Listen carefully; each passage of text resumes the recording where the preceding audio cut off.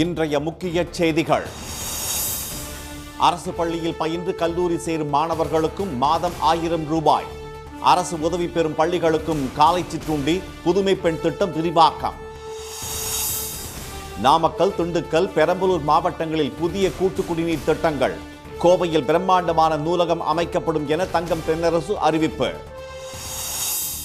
சமூக நீதியை மையமாக கொண்டு உருவாக்கப்பட்டிருக்கும் நிதிநிலை அறிக்கை. அரசின் கனவை நனவாக்க அனைவரும் செயல்பட ஸ்டாலின் அழைப்பு. வியப்பின் விளிம்பில் தள்ளும் வியத்தகு பட்ஜெட் என தலைவர்கள் பாராட்டு. தமிழகத்துக்கு உதவாத பட்ஜெட் என எடப்பாடி பழனிசாமி விமர்சனம். சென்னையில் போரூர், சூரப்பட்டு, கிளாம்பாக்கத்தில் மட்டுமே பயணிகளை ஏற்றலாம்.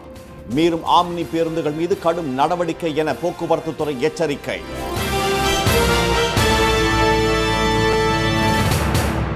வணக்கம். வணக்கம். அரசு பள்ளிகளில் பயின்று கல்லூரிகளில் சேரும் மாணவர்களுக்கும் மாதந்தோறும் 1000 ரூபாய் வழங்கப்படும் என்று தமிழ்நாடு நிதிநிலை அறிக்கையை தாக்கல் செய்த நிதியமைச்சர் திரு தங்கம் தென்னரசு அறிவித்துள்ளார். சட்டப்பேரவையில் தமிழக அரசின் 2024-25 நிதியாண்டுக்கான நிதிநிலை அறிக்கையை அவர் இன்று தாக்கல் செய்தார். அப்போது முதலமைச்சரின் காலை உணவு திட்டம் வரும் கல்வியாண்டு முதல் ஊரக பகுதிகளில் உள்ள அரசு உதவி பெறும் பள்ளிகளில் 1 முதல் 5ஆம் வகுப்பு மாணவர்களுக்கும் விரிவுபடுத்தப்படுவதாக கூறிய அவர் 3ஆம் பாலினத்தோரின் உயர்கல்விக்கான செலவை அரசே ஏற்கும் என்று அறிவித்தார்.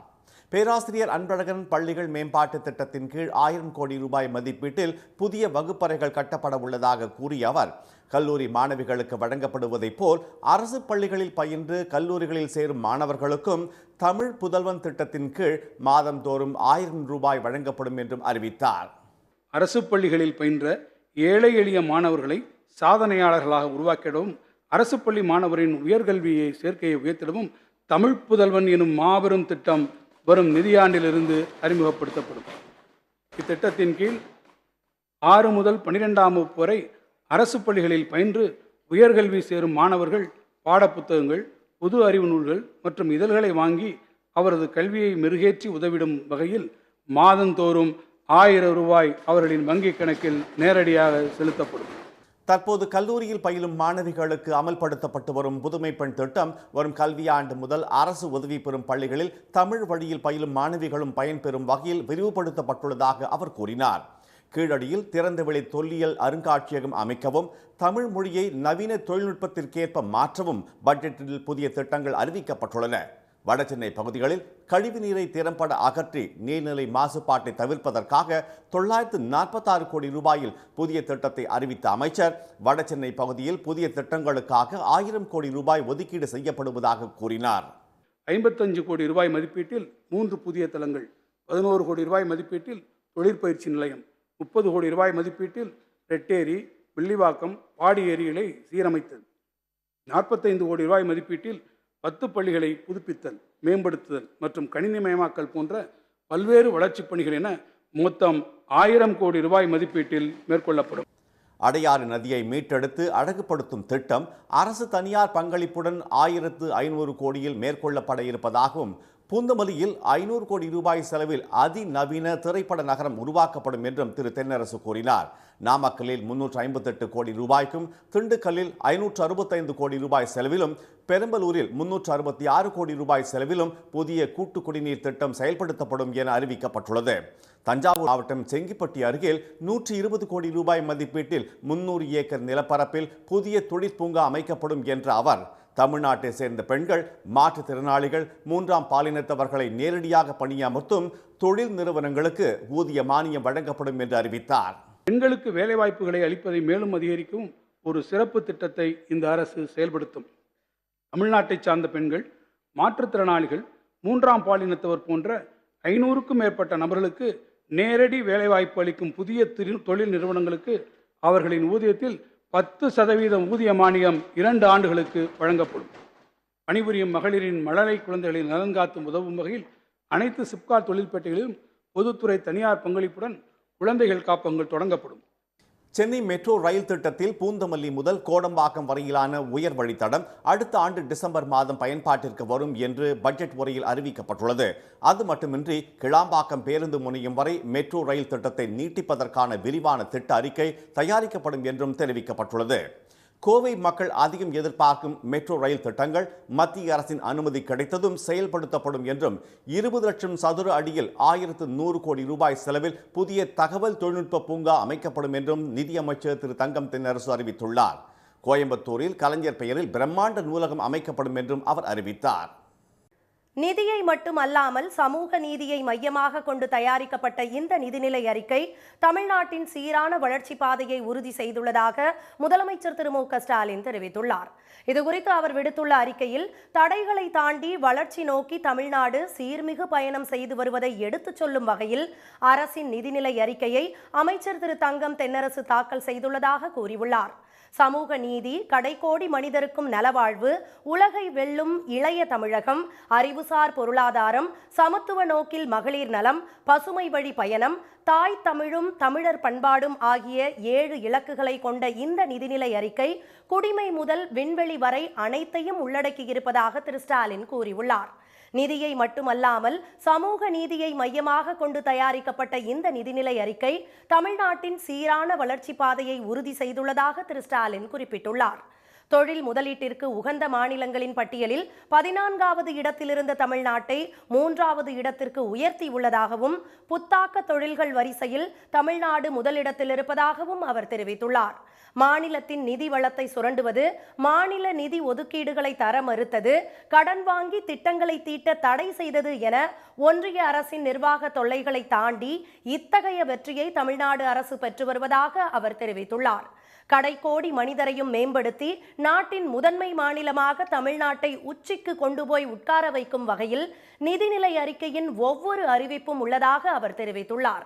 நிதிநிலை அறிக்கையில் உள்ள தமிழ்நாடு அரசின் கனவுகள் நனவாக அனைத்து துறை அமைச்சர்களும் மாவட்ட ஆட்சியர்களும் திட்டமிட்டு செயல்பட வேண்டும் என்றும் அவர் கேட்டுக்கொண்டுள்ளார். தமிழக அரசின் பட்ஜெட் வியப்பின் விளிம்பில் தள்ளும் வியத்தகு பட்ஜெட் என்று தலைவர்கள் பாராட்டு தெரிவித்துள்ளனர். சட்டப்பேரவையில் இன்று நிதியமைச்சர் திரு தங்கம் தென்னரசு தாக்கல் செய்த பட்ஜெட் மக்களுக்கான பட்ஜெட் என தமிழக காங்கிரஸ் தலைவர் திரு செல்வ பெருந்தகை பாராட்டினார். தமிழகத்திற்கு உரிய நிதியை மத்திய பாஜக அரசு வழங்காத நிலையிலும் நிதி மேலாண்மையை சிறப்பாக கையாண்டு மக்கள் நலத்திட்டங்கள் பட்ஜெட்டில் அறிவிக்கப்பட்டுள்ளதாக அவர் தெரிவித்தார். ஒன்றிய அரசுடைய எங்களுடைய பங்களிப்பு, எங்களுடைய மக்கள், தமிழ்நாட்டு மக்களுடைய வரி பணத்தை பெற்றுக்கொண்டு தரமாட்டேன் என்ற அடம்பிடிக்கிற பாஜக அரசிற்கு நீ தரவில்லை என்றாலும் நாங்கள் எங்கள் தமிழ்நாட்டு மக்களை கைவிட மாட்டோம் என்ற அடிப்படையில் மாண்புமிகு முதலமைச்சருடைய வழிகாட்டுதலில் மாண்புமிகு நிதியமைச்சர் மிகவும் அற்புதமான மக்களின் நிதிநிலை அறிக்கையாக அறிவித்திருக்கிறார். இதை வரவேற்கிறோம். காங்கிரஸ் பேரியக்கம் பாராட்டுகிறது. தமிழக பட்ஜெட்டில் வளர்ச்சி திட்டங்கள் எதுவும் இல்லை என்று எதிர்க்கட்சித் தலைவர் எடப்பாடி திரு பழனிசாமி குற்றம் சாட்டினார்.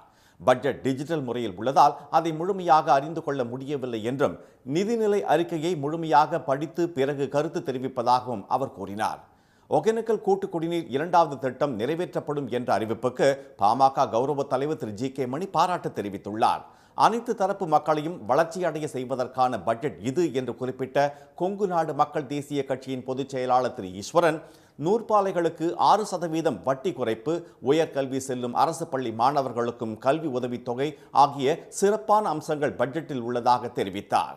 கிளாம்பாக்கம் வரை இந்த மெட்ரோ ரயிலை நீட்டிப்பதற்காக 4625 கோடி ரூபாய் நிதி உடனடியாக இங்கே ஒதுக்கப்பட்டிருக்கிறது. அதை நான் இந்த நேரத்தில் வரவேற்கின்றேன். பல்வேறு பிரச்சனைகள் இருந்தாலும் கூட, ஒன்றிய அரசிலிருந்து நிதி வரவில்லை என்றாலும் கூட, இன்றைக்கு நிதி பற்றாக்குறையை ஒரு திறமையான நிர்வாகத்தின் மூலமாக சென்ற ஆண்டை விட குறைவாக இன்றைக்கு அதை நிர்வகித்திருக்கிறார்கள். நிதி பற்றாக்குறைக்கு மத்திய அரசு மீது பழி போடும் வகையில் தமிழக அரசின் பட்ஜெட் உள்ளதாக பாஜகவின் திருமதி வானதி சீனிவாசன் விமர்சித்தார்.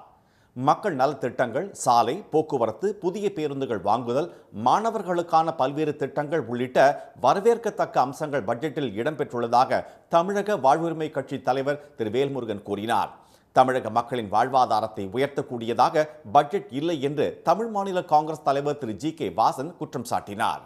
வியப்பின் விளிம்பில் அனைவரையும் தள்ளும் வித்தகு திறன் வாய்ந்த அரிய பட்ஜெட் இது என்று திராவிடர் கழக தலைவர் திரு கி. வீரமணியும், மத்திய அரசு உரிய நிதியை வழங்காத நிலையிலும் முறையாக திட்டமிடப்பட்டு நிதிநிலை அறிக்கை தாக்கல் செய்யப்பட்டுள்ளதாக பெரியார் திராவிடர் கழக பொதுச் செயலாளர் திரு கு. ராமகிருஷ்ணனும் தெரிவித்துள்ளனர். சென்னை கோயம்பேடு பேருந்து நிலையத்திலிருந்து ஆம்னி பேருந்துகளை இயக்க கோரும் மனுவை உச்சநீதிமன்றம் தள்ளுபடி செய்துள்ளது. வண்டலூர் கிளாம்பாக்கத்தில் திறக்கப்பட்டுள்ள புதிய பேருந்து நிலையத்திலிருந்து தெற்கு நோக்கி செல்லும் அனைத்து பேருந்துகளையும் இயக்க வேண்டும் என போக்குவரத்து துறை ஆணையர் உத்தரவு பிறப்பித்தார். இதனை எதிர்த்து பேருந்து உரிமையாளர்கள் தொடர்ந்த வழக்கை விசாரித்த சென்னை உயர்நீதிமன்றம் வண்டலூர் கிளாம்பாக்கம் பேருந்து நிலையம் அருகே உள்ள முடிச்சூரில் தனியார் பேருந்து பணிமனைகள் அமைக்கும் வரை கோயம்பேடு தனியார் பணிமனைகளிலிருந்து பயணிகளை ஏற்றிச் செல்லலாம் என இடைக்கால உத்தரவு பிறப்பித்தது. மேலும் சென்னை புறவழிச்சாலையில் போரூர் மற்றும் சூரப்பட்டு சுங்கச்சாவடிகளில் மட்டும் பேருந்துகளை நிறுத்தி பயணிகளை ஏற்றிச் செல்லலாம் என்றும் கடந்த 9ஆம் தேதி உத்தரவிட்டது. இந்த இடைக்கால உத்தரவை எதிர்த்து தனியார் பேருந்து உரிமையாளர்கள் தாக்கல் செய்த மனுவை விசாரித்த உச்சநீதிமன்ற நீதிபதிகள் உயர்நீதிமன்றத்தில் வழக்கு நிலுவையில் இருக்கும்போது உச்சநீதிமன்றம் ஏன் தலையிட வேண்டும் என கேள்வி எழுப்பி வழக்கை தள்ளுபடி செய்தனர். இந்நிலையில் சென்னை உயர்நீதிமன்றத்தின் இடைக்கால உத்தரவு உச்சநீதிமன்ற தீர்ப்பால் உறுதி செய்யப்பட்டுள்ளதால் சென்னையிலிருந்து தெற்கு நோக்கி பயணிக்கும் ஆம்னி பேருந்துகள் சென்னை புறவழிச்சாலையில் போரூர் சுங்கச்சாவடி, சூரப்பட்டு சுங்கச்சாவடி, கிளாம்பாக்கம் பேருந்து முனையம் தவிர வேறு எங்கும் பயணிகளை ஏற்றி இறக்கக்கூடாது என போக்குவரத்து ஆணையர் அறிவுறுத்தியுள்ளார். இதனை மீறும் ஆம்னி பேருந்துகளின் மீது கடுமையான நடவடிக்கை எடுக்கப்படுவதுடன் நீதிமன்ற அவமதிப்பு வழக்கும் தொடரப்படும் என்றும் அவர் எச்சரித்துள்ளார். முன்பதிவு மென்பொருளிலும் ரெட் பஸ், அபி பஸ் செயலிகளிலும் பொதுமக்களை குழப்பும் வகையில் விளம்பரம் செய்யக்கூடாது என்றும் அவ்வாறு பதிவு செய்யும் ஆம்னி பேருந்து உரிமையாளர்கள் மீது கடும் நடவடிக்கை எடுக்கப்படும் என போக்குவரத்து ஆணையர் எச்சரித்துள்ளார். இதனை மீறி செயல்படுவதால் பொதுமக்களுக்கு ஏற்படும் சிரமங்களுக்கு ஆம்னி பேருந்து உரிமையாளர்களே முழு பொறுப்பு என்றும் அவர் எச்சரித்துள்ளார். திமுக கூட்டணியில் மக்கள் நீதி மய்யம் இடம்பெறுவதற்கான வாய்ப்புகள் உள்ளதாக திமுக செய்தி தொடர்பாளர் திரு TKS இளங்கோவன் தெரிவித்துள்ளார். நாடாளுமன்ற தேர்தலில் திமுக சார்பில் போட்டியிட விருப்ப மனு அளிப்பதற்கான விண்ணப்பங்கள் விநியோகம் சென்னை அண்ணா அறிவாலயத்தில் இன்று தொடங்கியது. சென்னை, தூத்துக்குடி, தஞ்சாவூர், தேனி ஆகிய ஊர்களிலிருந்து வந்த திமுகவினர் விருப்ப மனுக்களை வாங்கிச் சென்றனர். தூத்துக்குடியில் திருமதி கனிமொழி போட்டியிட விருப்பம் தெரிவித்து 32 விண்ணப்பங்கள் வாங்கப்பட்டன. பூர்த்தி செய்யப்பட்ட விண்ணப்பங்களை மார்ச் 1ஆம் தேதி முதல் 7ஆம் தேதி வரை அளிக்கலாம். விருப்ப மனுவை பெற்றுக்கொண்ட பிறகு செய்தியாளர்களிடம் பேசிய திரு TKS இளங்கோவன், நடிகர் கமலஹாசனின் மக்கள் நீதி மய்யம் திமுக கூட்டணியில் இடம்பெறுவதற்கான வாய்ப்புகள் உள்ளதாக கூறினார். இதனிடையே அமெரிக்காவில் இருந்து சென்னை திரும்பிய திரு கமலஹாசன் மக்களவை தேர்தலில் யாருடன் கூட்டணி என்பது குறித்து 2 நாட்களில் அறிவிக்கப்படும் என்று தெரிவித்தார். நல்ல செய்திகளுடன் உங்களை சந்திக்கிறேன். இப்போதைக்கு அதுதான் செய்தி. ஏன்னா நான் கொண்டு வரல செய்தி இங்கேருந்து தான் உருவாக்கப்படணும். அதை நான் பேசிவிட்டு உங்களுக்கு நான் 2 நாளில் உங்களை எல்லாரையும் மீண்டும் சந்திக்கும் நல்ல வாய்ப்பு ஏற்படும் என்று நான் நம்புகிறேன். மக்களவை தேர்தலில் காங்கிரஸ் கட்சிக்கு ஒதுக்கும் தொகுதியில் மக்கள் நீதி மய்யம் போட்டியிடுமா என்பதை தற்போது கூற இயலாது என்று திரு கமலஹாசன் கூறினார். இனி வருவது செய்தித் துளிகள்.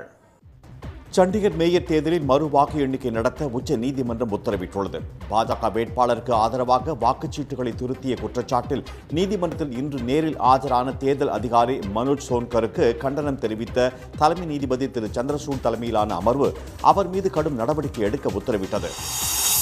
மத்திய பிரதேச முன்னாள் முதலமைச்சர் திரு கமல்நாத் தமது மகனுடன் பாஜகவில் இணையப் போவதாக வெளியான தகவலை அம்மாநில காங்கிரஸ் தலைவர் திரு ஜித்து பத்வாரி மறுத்துள்ளார். காங்கிரஸ் கட்சியில் தொடர்வதாக திரு கமல்நாத் தம்மிடம் பேசியதாக கூறிய அவர் ஊடகங்களை பாஜக தவறாக பயன்படுத்தி ஒருவரின் நம்பகத்தன்மையை கேள்விக்கு உள்ளாக்குவதாக குற்றம் சாட்டினார். சென்னை தீவுத்திடலை சுற்றி ஃபார்முலா 4 கார் பந்தயத்தை நடத்த சென்னை உயர்நீதிமன்றம் நிபந்தனைகளுடன் அனுமதி வழங்கியுள்ளது. பொதுமக்கள் மற்றும் ராஜீவ்காந்தி மருத்துவமனையில் உள்ள நோயாளிகளின் பாதுகாப்புக்கு உரிய நடவடிக்கை வேண்டும் என்றும் பந்தயத்துக்காக அரசு அளித்த 42 கோடி ரூபாயை அதனை நடத்தும் தனியார் நிறுவனம் அரசுக்கு திருப்பி வழங்க வேண்டும் என்றும் நீதிபதிகள் உத்தரவிட்டனர். 120 அடி உயரம் உடைய மேட்டூர் அணையின் நீர்மட்டம் 65.25 அடியாக குறைந்துள்ளது. நீர்வரத்து வினாடிக்கு 54 கன அடியாக சரிந்துள்ள நிலையில் குடிநீர் தேவைக்காக வினாடிக்கு 1000 கன அடி தண்ணீர் திறக்கப்பட்டுள்ளதால் அணையின் நீர்மட்டம் தொடர்ந்து சரிந்து வருகிறது. இலங்கை அரசின் மீனவர்களுக்கு எதிரான புதிய சட்டத்திற்கு எதிர்ப்பு தெரிவித்து புதுக்கோட்டை, ராமநாதபுரம் மாவட்டங்களைச் சேர்ந்த விசைப்படகு மீனவர்கள் 1200க்கும் அதிகமானோர் காலவரையற்ற வேலைநிறுத்த போராட்டத்தில் ஈடுபட்டு வருகின்றனர். விசைப்படகை இயக்குபவருக்கு ஓராண்டு சிறை தண்டனை, மீனவர்களுக்கு 6 மாதங்கள் சிறை தண்டனை, படகு நாட்டுடைமை என இலங்கை அரசு இயற்றியுள்ள புதிய சட்டத்தின்படி ராமேஸ்வரம் மீனவர்கள் 3 பேருக்கு தண்டனை வழங்கப்பட்டுள்ளதை கண்டித்து இந்த போராட்டம் நடைபெற்று வருகிறது. நாடாளுமன்ற தேர்தலில் போட்டியிட விரும்பும் அதிமுகவினர் நாளை மறுநாள் முதல் அடுத்த மாதம் 1ஆம் தேதி வரை தலைமை அலுவலகத்தில் விண்ணப்ப படிவங்களை வாங்கி பூர்த்தி செய்து வழங்கலாம் என அக்கட்சியின் பொதுச் செயலாளர் எடப்பாடி திரு பழனிசாமி அறிவித்துள்ளார். 40 தொகுதிகளுக்கும் விண்ணப்பங்கள் வழங்கலாம் என்றும் பொது தொகுதி விண்ணப்ப படிவத்திற்கு 20,000 ரூபாயும் தனி தொகுதி விண்ணப்ப படிவத்திற்கு 15,000 ரூபாயும் செலுத்த வேண்டும் என்றும் அவர் கூறியுள்ளார். அரசு விரைவு போக்குவரத்து கழக பேருந்துகளில் ஆன்லைன் மூலம் முன்பதிவு செய்யும் மாற்றுத்திறனாளிகள் அவர்களது அசல் அடையாள அட்டையின் நகலை நடத்துனரிடம் வழங்காவிட்டால் முழு கட்டணத்தையும் வசூலிக்க வேண்டும் என உத்தரவிடப்பட்டுள்ளது. மாற்றுத்திறனாளியாக இல்லாதவர்கள் 75% கட்டண சலுகையில் முன்பதிவு செய்து பயணித்தது கண்டறியப்பட்டதால் அரசு விரைவு போக்குவரத்து கழகம் இந்த உத்தரவை பிறப்பித்துள்ளது. புதுச்சேரி சட்டப்பேரவை வரும் 22ஆம் தேதி கூடுகிறது. முதல்வர் ரங்கசாமி இடைக்கால பட்ஜெட்டை தாக்கல் செய்கிறார். இதையடுத்து சட்டப்பேரவை அவையை ஆய்வு செய்த சபாநாயகர் டாலு செல்வம் பேரவை மராமத்து பணிகள் முறையாக நடந்துள்ளதா என்பதையும் உறுப்பினர்கள் அமரும் இருக்கைகள், மைக் வசதி ஆகியவை சரியாக உள்ளதா என்று பார்வையிட்டார். கேரளாவில் உள்ள சிவாலயங்களில் புகழ் பெற்றதும் பழமையானதுமான ஏற்றுமானூர் சிவன் கோவிலில் அதிகாலை நடைபெற்ற 7.5 பொன் யானை தரிசன நிகழ்ச்சியில் ஏராளமானோர் கலந்து கொண்டனர். 7 மரத்தால் ஆன பெரிய யானைகளும் சிறிய அளவிலான தங்க யானையும் உற்சவர் ஸ்தானத்தில் வைக்கப்பட்டு வழிபாடுகள் நடைபெற்றன. இன்றைய வர்த்தக முடிவில் மும்பை பங்குச்சந்தை குறியீட்டின் சென்செக்ஸ் 412 புள்ளிகள் உயர்ந்து 72,821 புள்ளிகளாக இருந்தது. தேசிய பங்குச்சந்தை குறியீட்டின் நிப்டி 120 புள்ளிகள் உயர்ந்து 22,168 புள்ளிகளாக நிறைவடைந்தது. சென்னையில் இன்று வாரத்தின் முதல் நாளிலேயே ஆபரண தங்கம் விலை சவரனுக்கு 160 ரூபாய் உயர்ந்து ஒரு சவரன் 46,400 ரூபாய்க்கும் 1 கிராம் 5,800 ரூபாய்க்கும் விற்பனையானது. வெள்ளி விலை 50 காசுகள் குறைந்து 1 கிராம் 77 ரூபாய் 50 காசுகளாக உள்ளது. மீண்டும் இன்றைய முக்கிய செய்திகள். கல்லூரியில் சேரும் அரசு பள்ளி மாணவர்களுக்கும் மாதம் 1000 ரூபாய், அரசு உதவி பெறும் பள்ளிகளுக்கும் காலை சிற்றுண்டி விரிவாக்கம் உள்ளிட்ட அம்சங்கள் தமிழக பட்ஜெட்டில் இடம்பெற்றுள்ளன. சமூக நீதியை மையமாக கொண்டு பட்ஜெட் தயாரிக்கப்பட்டுள்ளதாக முதலமைச்சர் ஸ்டாலின் பாராட்டியுள்ளார். சென்னையில் போரூர், சூரப்பட்டு, கிளாம்பாக்கம் தவிர மற்ற இடங்களில் பயணிகளை ஏற்றும் ஆம்னி பேருந்துகள் மீது கடும் நடவடிக்கை எடுக்கப்படும் என்று போக்குவரத்து துறை எச்சரித்துள்ளது. இத்துடன் இந்த செய்திகள் நிறைவடைந்தன. மீண்டும் சன் டிவியில் செய்திகள் காலை 7:30 மணிக்கு. செய்திகளை உடனுக்குடன் தெரிந்து கொள்ள சன் நியூஸ் தொலைக்காட்சியை பாருங்கள். வணக்கம். வணக்கம்.